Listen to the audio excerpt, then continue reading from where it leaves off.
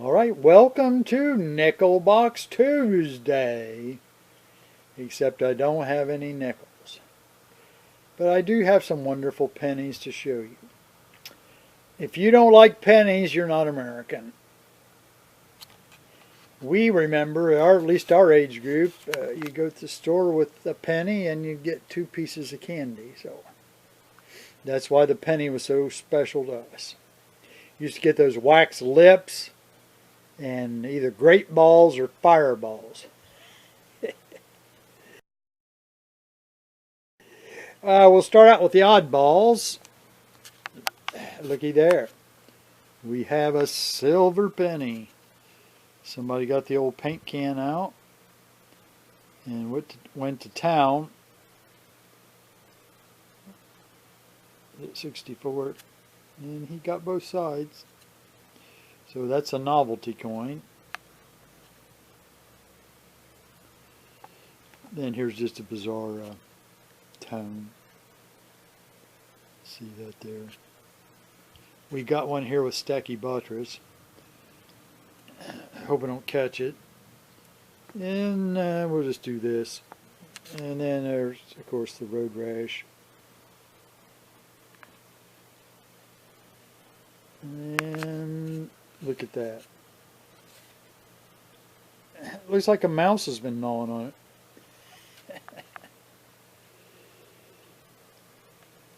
And then this one. Our digger friend was out and about. Kind of a weak strike, kind of scaly looking. Perhaps a grease strike. Or the dye went through grease. All hail the Queen. There she is. In all her splendor. People are going to start talking. Look at all the money she sent me. So 1, 2, 3, 4, 5, 6, 7, 8, 9. So 9 of the queens. There's some real money there. The oldest, I think, is a 65. No, 63. And of course, those were real copper. You'll notice the 88 has the 12 sides to it. Let's see. And then by 97 or whenever, it was just plain old round. Not very exciting. I'm sure most of you would rather be here than in the best hospital in town. And then Mr. Lincoln, his life was brought to us today. That's a really nice strike. That mirror back. Gee, I better check. That might have an S on it.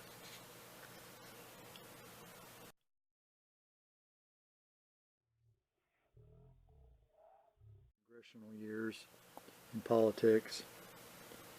See, I got this down here. I'm not sure why it's down here by itself. I might have forgot. I may have forgotten to place it. See if we can get a good photo. I'm having to use this little tiny camera. Oh, that's an S. So I did, for my collection, get the 71, the second generation S's. 70S, 71S, and another 70S. No, it's 71S. Those are hard to find. As far as the Wheaties, there's a 57. There's a 52. And that's the oldest one. 34 is my oldest coin of the day. Another 52D. 56. Oh, that's 59, yeah. Let's do a little bit of FYI. What was the first year for the memorial? The answer is 1959. So the 58 was the last wheat penny. And then on down here, I believe that's a 51. And then the last one, that was a 37. A little more trivia. What 3 years in the 60s did the pennies not have a mint mark? The answer is 67, 66, and 65. No mint marks. So I don't know whether this was struck at Denver or Philly or San Francisco. Important FYI, this is a zinc coin cladded with copper. And as you can see, that has degraded. If anyone, especially a child, swallows this, take them to the ER immediately, because the interior contents under the plating is toxic and can cause stomach ulcers. So just so you know that. Back in my day when we used to swallow a penny, it wasn't a big deal because it was mostly copper. So now, have you heard the expression red cent? Look, I found one. It's like a walnut tabletop, or cherry, I guess I should say. Yeah, cherry tabletop. That's a 73. I thought that was interesting.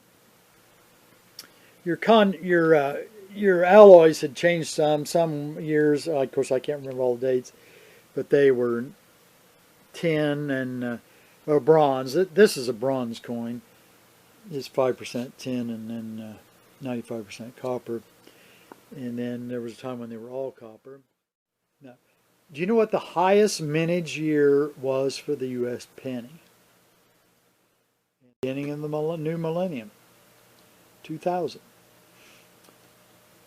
And it was the 2000D with almost 8 billion struck. Then along with Philly, the total was right around 14 billion of the 2000 struck. So if anybody ever asks, it is the 2000. Okay, we are ready to move on to a few premier coins. It's an 81. And you would just want to save these in a roll for a grandchild or a child, and someday they could set up a collection. I guess there's a little spot on that one, it might wipe off. But you don't want to clean these. You want to leave the mint luster. You never clean a coin. Now, let's say this was really a nice specimen and maybe had a little bit of somebody's candy, or that's fine. Just a little bit of soap and water, but do not scrub it.